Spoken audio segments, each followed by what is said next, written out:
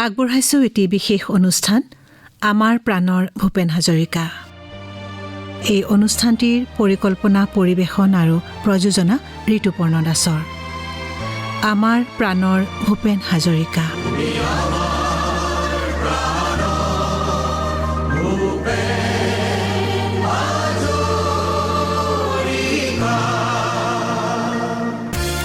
আমাৰ প্ৰাণৰ ভূপেন হাজৰিকাৰ আদৰৰ শ্ৰোতা, আপোনাক নমস্কাৰ। যোৱা দুটাকৈ খণ্ডত আমি ডক্টৰ ভূপেন হাজৰিকাৰ গীতৰ বিস্তাৰ এই বিষয়ত কথা পাতি আছোঁ আৰু যোৱা খণ্ডতে আমি সামৰণি মাৰিছিলোঁ ভূপেন হাজৰিকাই একাধিকবাৰ নিজৰ গীত বাণীবদ্ধ কৰাৰ প্ৰসংগত। কেতিয়াবা নিজৰে একোটি গীত তেখেতে বিভিন্ন সময়ত দুবাৰকৈ বাণীবদ্ধ কৰিছে আৰু বহু সময়ত নিজৰ গীত আন শিল্পীক গোৱাইছে, তাৰ পাছত নিজেও সেই গীতটি গাইছে, বা প্ৰথমে নিজে গাইছে, তাৰ পাছত আন শিল্পীক সেই গীত গোৱাইছে। সেই প্ৰসংগত আমি কথা পাতি আছোঁ। আমি এই বিষয়ত কথা আলোচ কৰি আছোঁ গুৱাহাটীৰ প্ৰাগজ্যোতিষ মহাবিদ্যালয়ৰ অৱসৰপ্ৰাপ্ত অধ্যাপক, অসমৰ এগৰাকী বিশিষ্ট লেখক ডক্টৰ পৰমানন্দ মজুমদাৰ ডাঙৰীয়াৰ সৈতে। এনে গীতৰ প্ৰসংগত মনলৈ আহিছে লতিঘটি চিনেমাৰ এটি গীত, কোনে কয় মই অকলশৰীয়া, পৃথিৱী নকবা মই অকলশৰীয়া, মই আৰু মোৰ ছাঁ। সেই গীতটি চিনেমাটো কৰিলে আৰু পাছত আকৌ নিজেই গালে। মুকেশক এটি গীত গাইছিল চিকমিক বিজুলীত, ঘৰ আমাৰ মাটি হয়। ঘৰ আমাৰ মাটি হয়, মাটি এই ঘৰ, মাতেই আমাৰ আপোন হয়, আপোনেই পৰ। ঘৰ আমাৰ মাটি হয়, মাটি এই ঘৰ, মাতেই আমাৰ আপোন হয়, আপোনেই পৰ। সেইটো পিছত তেওঁ আকৌ গাইছে, অকলে গাইছে ভূপেন হাজৰিকাই অকলে গাইছে সুন্দৰ। এটি মিঠা জীৱন, এটি জীৱিকাৰ বাট, ৰাজপথে এৰাবাতে এষাৰি মৰমী মাত, বিচাৰোতে দিন যায়, বিচাৰোতে দিন যায়, কৰিলাম ঘৰ আমাৰ মাটি হয়, মাটি এই ঘৰ, বাতি আমাৰ আপোন হয়, আপুনি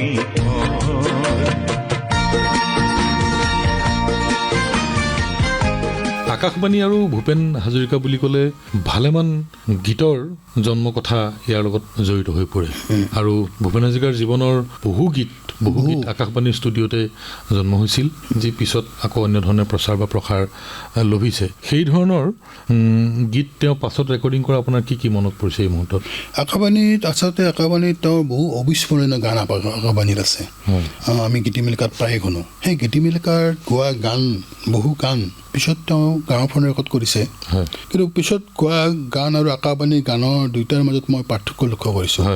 যেনে ৰেডিঅ'ত তেওঁ এটা নিয়মভা বৰদলৈৰ এটা গান আছে, বৰ সুন্দৰ গান, মই এই মাটিৰে ল'ৰা।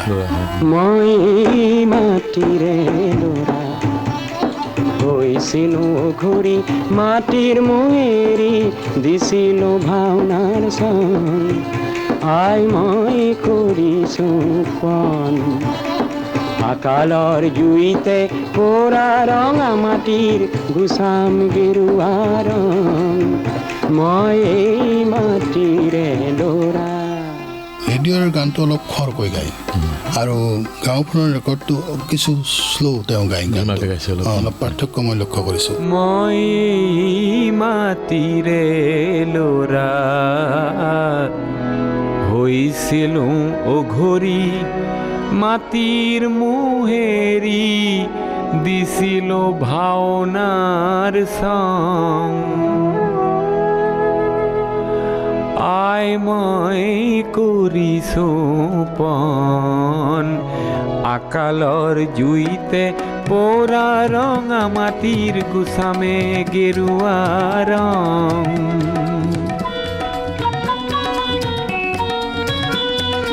দহক বাম হক মাটি, যদিও তাকৰীয়া মাটি, দুডৰা দুবিঘা যি আছে হাতত, তাতে মই কৰি যাম খেতি। ও মোৰে পথাৰাই এদিনো না পৰেশান, এদিনো না পৰেশান।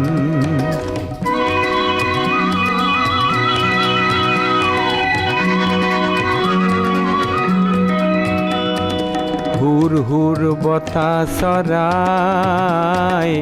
হুৰ হুৰ বতাসৰায়, মোৰে আই পথাৰত যদি আহি পৰে অচিনা বতাসৰায়, অচিনা বতাসৰায়।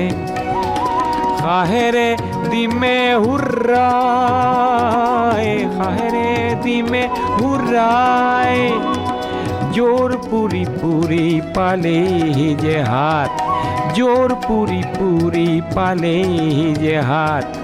ইবেলি বাঁধি সুমান, ইবেলি বাঁধি সুমান। মই এই মাটিৰে ল'ৰা,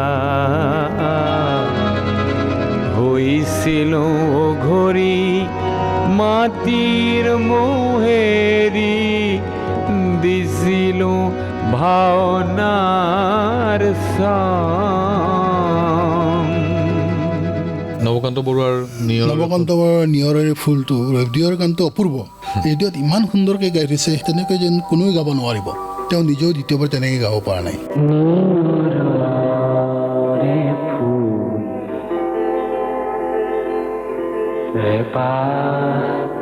ফুলি এনপা খৰিল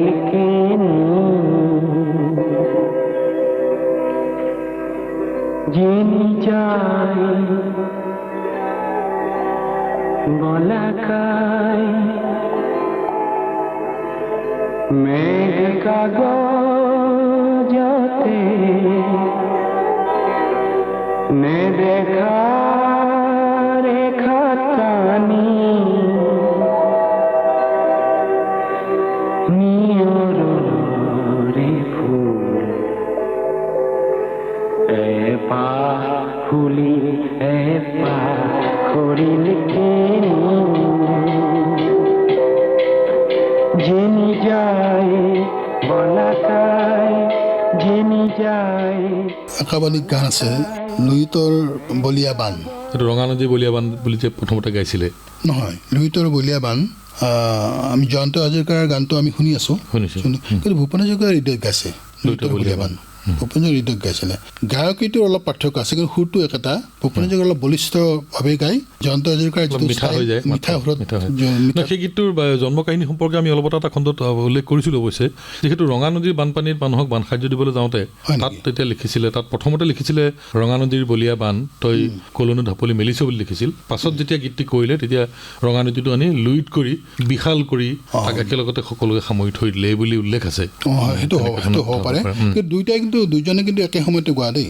হয় হয়, বোধহয় ভূপেন হাজৰিকাই গোৱাটো তেওঁ ৰেকৰ্ড কৰা নাই, হয় ৰেডিঅ'তে আছে।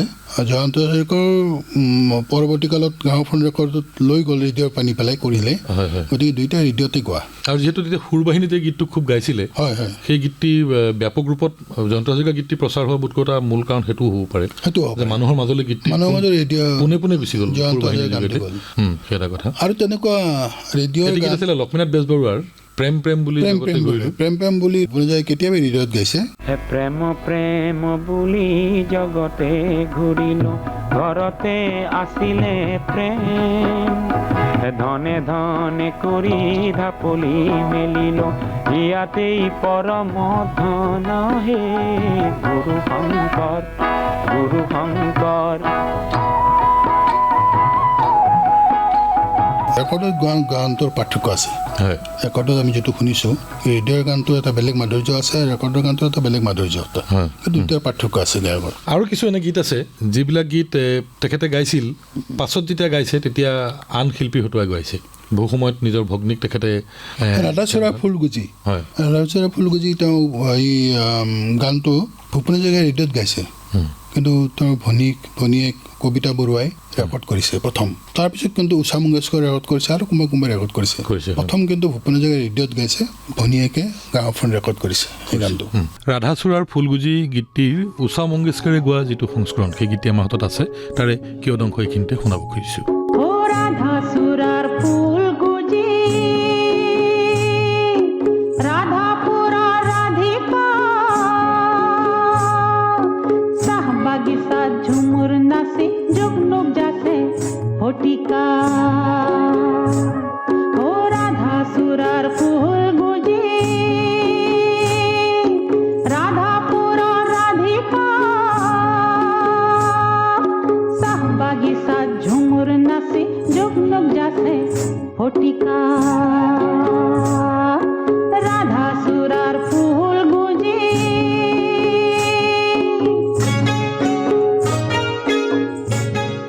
তেনে আৰু কি গীতৰ কথা মনলৈ আহিব আপোনাৰ? আমি বা লুইতৰ বলিয়াবানৰ কথাটো ক'লোঁ, তেনেকুৱা আৰু গান? আৰু এটা গান জয়ন্ত হাজৰিকা আৰু ভূপেন হাজৰিকাই দুইজনে পৃথককৈ গোৱাটো মই ক'ব পাৰোঁ। বৰ সুন্দৰ গান, মোৰ মন বাঘ যদি আজি চৰাই হয়। হয়, বৰ সুন্দৰ গীত। এইটো ভূপেন হাজৰিকাই গাইছে।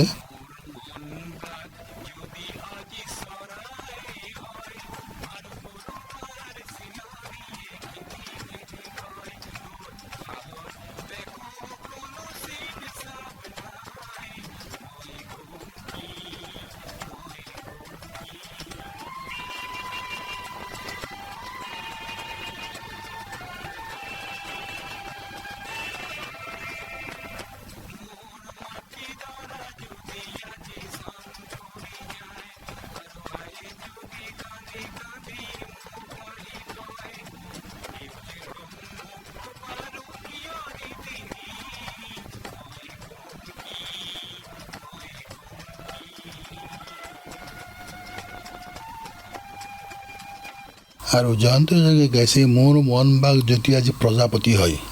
একেটাই এই যিটো লুইতৰ বলিয়াৰ বানৰ যিটো কথা কৈছিলোঁ, ভূপেন হাজৰিকাই অলপ উচ্চ হেৰিত গায় আৰু এওঁ অলপ হেৰিতকৈ গায়। কিন্তু এইটো শব্দ এটা সলনি, দুয়োটা গানেই পৃথকে বৰ সুন্দৰ গীত শুনিবলৈ। দুয়োটা বেলেগ বেলেগ, কেৱল এটাত চৰাই আৰু আনটোত প্ৰজাপতি। মোর মন বাঘ যদি আজি প্রজাপতি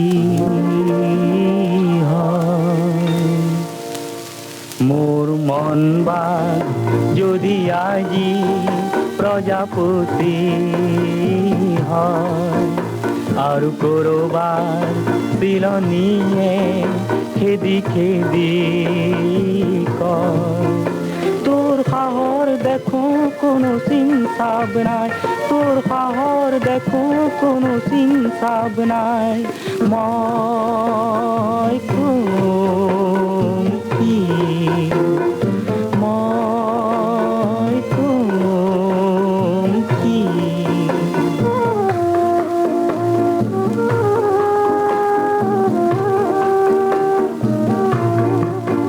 মোর মাটি দরা যদি আজি সন পরি যায়, আর আয়ে যদি কান্দি মোক আহি কয় সেউজ রং মোক বারু কিয় নিদিলি, সেউজ রং মোক বারু কিয় নিদিলি, মই কম কি, মই কম কি। এটি গীত বৰ সুন্দৰ গীত আছিলে, শ্বিলঙৰে মনালিছা লিংডো। শ্বিলঙৰে মনালিছা লিংডো তেওঁ ৰেডিঅ'ত অকলে গাইছে, ৰেডিঅ'ত অকলে গাইছে, কিন্তু ৰেকৰ্ড কৰিছে জয়ন্ত হাজৰিকাৰ সৈতে। হয়, দুইটা গীতে বেলেগ বেলেগ ধৰণৰ, দুইটা অলপ বেলেগ আৰু ধৰণৰ। পিছত খুব বেছি পাৰ্থক্য হোৱা নাই, পিছতো শুনিবলৈ বেছি মধুৰ হৈছে, পিছতটো বেছি শুনিবলৈ বেছি মধুৰ হৈছে। হিলিবিলি মিউজিক বজাই যোৱা, হিলিবিলি মিউজিক বজাই যোৱা, হিলিবিলি মিউজিক বজাই যোৱা।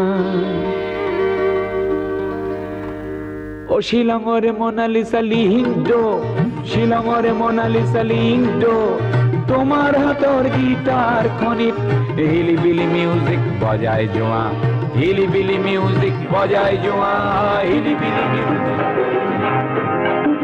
মনত আছেনে দুগৰখীয়া চৰাতিৰ ঘূৰে ঘূৰে কিন কিন বৰষুণে বৰষুণে ভিজা শ্বিলং পিকত সেই দেওবাৰে পুৱা বিলি বিলি মিউজিক বজাই যোৱা বিলি বিলি মিউজিক বজাই যোৱা বিলি বিলি মিউজিক বজাই যোৱা বিলি বিলি মিউজিক বজাই যোৱা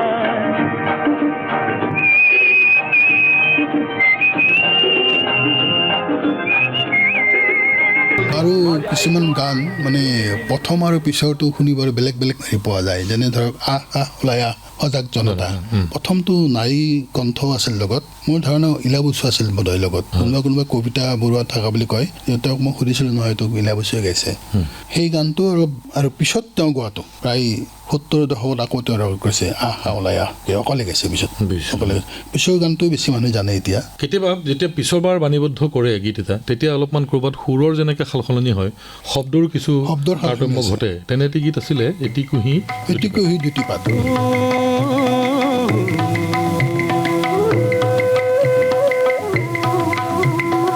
এটি কুঁহি দুটি পাত ৰতনপুৰ বাগিচাত নবহিয়া হাতেৰে কোনে নুচিঙিলে কোনে নুচিঙিলে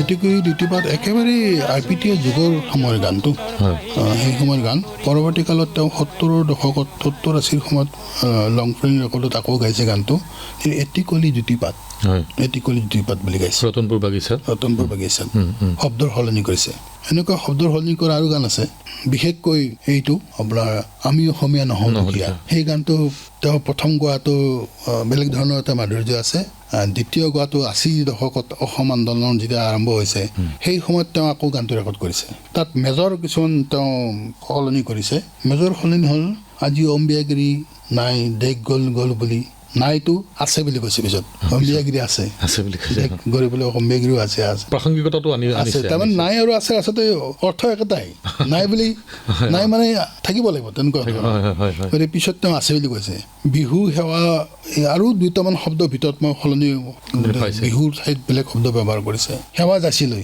আগতে বিহু সেৱা যাচিলৈ আছিলে বিহুটো কোৱা নাই পিছৰবাৰ সেৱা যাচিলৈ বুলি কৈছে গতিকে এনেকুৱা ধৰণৰ সলনি তেওঁ তাত কৰিছে সেইদৰে এটা গীত আছিলে মদাৰৰে ফুল হেনো সেইটো প্ৰথমে যিটো গাই সেইটোৰ লগত আৰু বেলেগ কণ্ঠ দুটামান আছিল মদাৰ গছত বগা পাণ খাবলৈহে ভাল এই ভাল বুলি হেৰি আছিলে এই সমবত আছিলে কেইটামান চাপৰ্ট দিয়ে সেইটো শুনিবলৈ বেছি ভাল পাইছিলোঁ আমি পাছত গাঁৱতে তেনেকুৱা ধৰণৰ আৰু পাৰ্থক্য আছিলে আপোনাৰ বোধকৰো জোনালী দীপান্বিতা এটি গীত আছিল তেখেতৰ জোনালী দীপান্বিতা সেও এইটো RPT যুগৰ গান পিছত আকৌ ৰেকৰ্ড কৰিছে আগৰ কণ্ঠতকৈ পিছৰ কণ্ঠটো বেছি বলিষ্ঠ হৈছে পিছত যিটো গাইছে জোনালী দীপান্বিতা দীপান্বিতা দীপান্বিতা ও জোনালী দীপান্বিতা দীপান্বিতা দীপান্বিতা মিটিয়া এন্ধাৰ কাটিৰ ৰাতি ঝিকমিকিয়া জ্বলি উঠে চাকি উজ্বলিল সোণৰে মাটি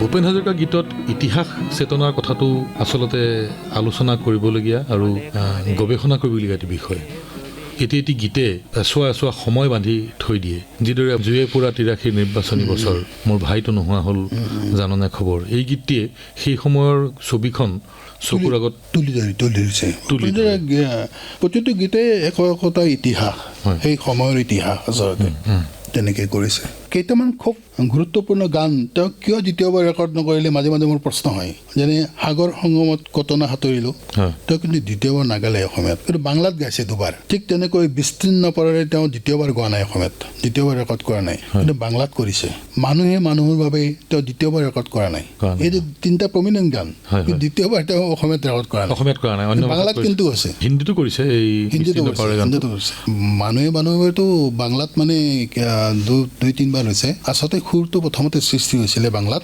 তাৰপিছত অসমীয়াত তেওঁ গানটো লিখিছিল। সেই বাংলা সংস্কৰণটোকে বিবিচিয়ে শতিকাৰ 20 শতিকাৰ শ্ৰেষ্ঠ গান হিচাপে তালিকাভুক্ত কৰিছিলে বাংলা গানটো হয়, কিন্তু মূলটো আছিল অসমীয়া। মূলটো অসমীয়া, কিন্তু মূলটো কথাটোৱে অসমীয়াতে মূল, কিন্তু বাংলাত সুৰটো আগতে সৃষ্টি কৰিছিল। তৰুণ বেনাৰ্জীয়ে গাইছিলে 60 চনতে। তৰুণ বেনাৰ্জী এটা গান বাংলাত গাইছিলে, সেই গানটোৰ সুৰটো কম বিদেশী সুৰৰ আৰ্হিত কৰিছিলে ভূপেন হাজৰিকাই কৰা সুৰটো। ভূপেন হাজৰিকাই কৰা। কেলকাতাত এটা বিদেশী দল এটা আহিছিলে, আফ্ৰিকাৰ দল নেকি, মই পাহৰিলোঁ ঠিক। য'ত অনুষ্ঠানটো হৈছিলে তাত ভূপেন হাজৰিকা চাব গৈছে আৰু লগত বহি আছিল পুলক বন্দ্যোপাধ্যায়। গানটোৰ সুৰটো ইমান ভাল লাগিল তেওঁলোকৰ। পুলক বন্দ্যোপাধ্যায় কৈছে যে তুমি এইটো কৰা, কথা বহাই দিয়া, এটা গান হৈ যাব। সেই সুৰটোত গানটো বহালে তেওঁ পিছফালে সলনি কৰিছে। সেই প্ৰথম তৰুণ বন্দ্যোপাধ্যায় মোৰ ধাৰণা তেওঁ গাইছিলে গানটো। সেইটো মানুষের জন্য আছিল নে আন কিবা আছিল? নাই বেলেগ আছিল, শব্দমালা বেলেগ, ৰোমান্টিক, পুৰা ৰোমান্টিক ধৰণে। তাৰ পিছতেই অসমলৈ আহিলতো এই যে 60 ভাষাৰ যিটো সংঘৰ্ষ হ'ল, অসমীয়া আৰু বাংলা ভাষী মানুহৰ মাজত ঠায়ে ঠায়ে যে সংঘৰ্ষ হ'ল, তেতিয়া হেমাংগ বিশ্বাস আৰু ভূপেন হাজৰিকাই অসমৰ বিভিন্ন স্থানলৈ এটা দল লৈ পেলাই শান্তিৰ কাৰণে গৈছিলে। শান্তিৰ কাৰণে ঘূৰোতেই এই মানুহে মানুহৰ গানটো সৃষ্টি হৈছিলে। গানটো সৃষ্টি কৰাত বেছি সময় হোৱা নাই, কিয় সুৰটো তেওঁ আছেনে বাজি, সেই সুৰত তেওঁ বহাইছিলে। গতিকে প্ৰথম মানুহে সুৰটো প্ৰথম অসমীয়াত সৃষ্টি হোৱা নাই, প্ৰথম বাংলাত সৃষ্টি হৈছে। অসমীয়াত গানটো সৃষ্টি হ'ল, অসমীয়াৰ পৰা হুবহু ৰূপান্তৰ বাংলালৈ গ'ল, আকৌ বাংলালৈ গ'ল। কেৱল এটা লাইন লগাইছে বাংলাত, জীৱন জীৱনৰ জন্মটো লগাইছে। তাৰপিছত আৰু গীতটো এনে কোনটো ভাষা আছে য'লৈ অনুদিত হোৱা নাই, সেইটো কিন্তু তেওঁৰ এটা ডাঙৰ পৰিচয় হয়। ভূপেন হাজৰিকা বুলি ক'লে সেই গীতটোৰ কথাই মানুহৰ মনলৈ আহে। ভূপেন হাজৰিকাই প্ৰায় সকলো ধৰণৰ গীতেই তেখেতৰ জীৱনকালত গাই গ'ল। লোকগীতেই হওক কিংবা আধুনিক গীতেই হওক, শাস্ত্ৰীয় সুৰৰ গীতো তেখেতে গাইছে। এবাৰ ৰবীন্দ্ৰ ভৱনৰ এটি অনুষ্ঠানতে তেখেতে উল্লেখ কৰিছিল যে বনগীতৰ কাৰণে বিখ্যাত আনন্দৰাম দাসেও শাস্ত্ৰীয় সুৰ আধাৰিত এটি গীত তেখেতৰ হতুৱাই বাণীবদ্ধ কৰাইছিল। সেইটো আছিল স্মৃতিৰ বুকুত থৈ যাম মই প্ৰীতিৰ ৰঙা ৰক্ত লেখা। এইটো শাস্ত্ৰীয় সুৰ আধাৰিত এটি গীত, এই ধৰণৰ কথা এটা কৈছিল।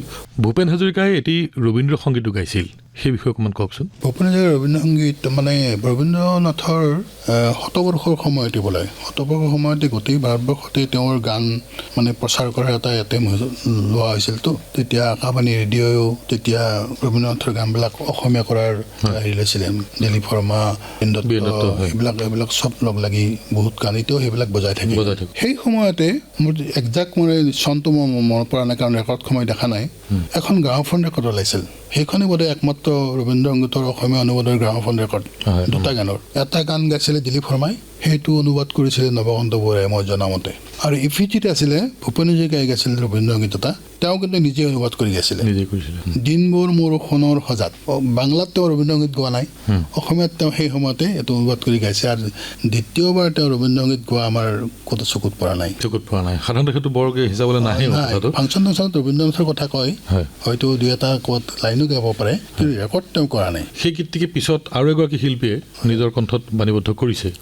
সেই বিষয়ে শ্ৰোতাসকলক জনাওক। সেই গানটো এই নৱকান্ত বৰুৱাৰ অনুবাদটো যিহেতু আছিলে, সেই গানটো তেওঁৰে ভাগিনী ৰিজশ্ৰী শৰ্মা মজুমদাৰে ৰেকৰ্ড কৰিছে আজি 3 বছৰমান আগতে। দুইটা গীতে ৰেকৰ্ড কৰিছে? নহয়, এটা। ভূপেন হাজৰিকাই গোৱাটো তেওঁ ৰেকৰ্ড কৰিছে। আমি এই মুহূৰ্তত শ্ৰোতাসকলক সেই গীতটি শুনাব পাৰোঁ, আৰু সেই গীতটিৰেই আমি আমাৰ প্ৰাণৰ ভূপেন হাজৰিকা এই অনুষ্ঠানৰ আজিৰ খণ্ডৰ পৰাও বিদায় ল'ব খুজিছোঁ। আপুনি আমাৰ অনুষ্ঠানত উপস্থিত থাকি শ্ৰোতাসকলৰ সৈতে ভূপেন হাজৰিকাৰ একেটা গীতৰে একাধিক বাণীবন্ধনৰ বিষয়ে বা কোনো গীতৰ নেপথ্য কাহিনীৰ বিষয়েও জনালে। আপোনাৰ যোগেদি ভূপেন হাজৰিকাৰ জীৱন সম্পৰ্কে অন্যান্য ভালেমান নজনা কথাও জানিব পাৰিলোঁ। আপোনাক ধন্যবাদ জনাই অনুষ্ঠানৰ পৰা বিদায় জনাইছোঁ। ধন্যবাদ। মই ধন্যবাদ দিলোঁ আপোনালোকক, কাৰণ ভূপেন হাজৰিকা এটা বিশাল আচলতে গৱেষণাৰ বিষয়, তেওঁৰ গানে এটা গৱেষণাৰ বিষয়। গতিকে মই ভাল পাইছোঁ যে আকাশবাণীয়ে নিয়মীয়াভাৱে ভূপেন হাজৰিকাৰ কিছুমান অনুষ্ঠান কৰি আছে এই শতবৰ্ষৰ সময়ত। সেইটো আমাৰ কাৰণে খুব ভাল লগা কথা। ধন্যবাদ।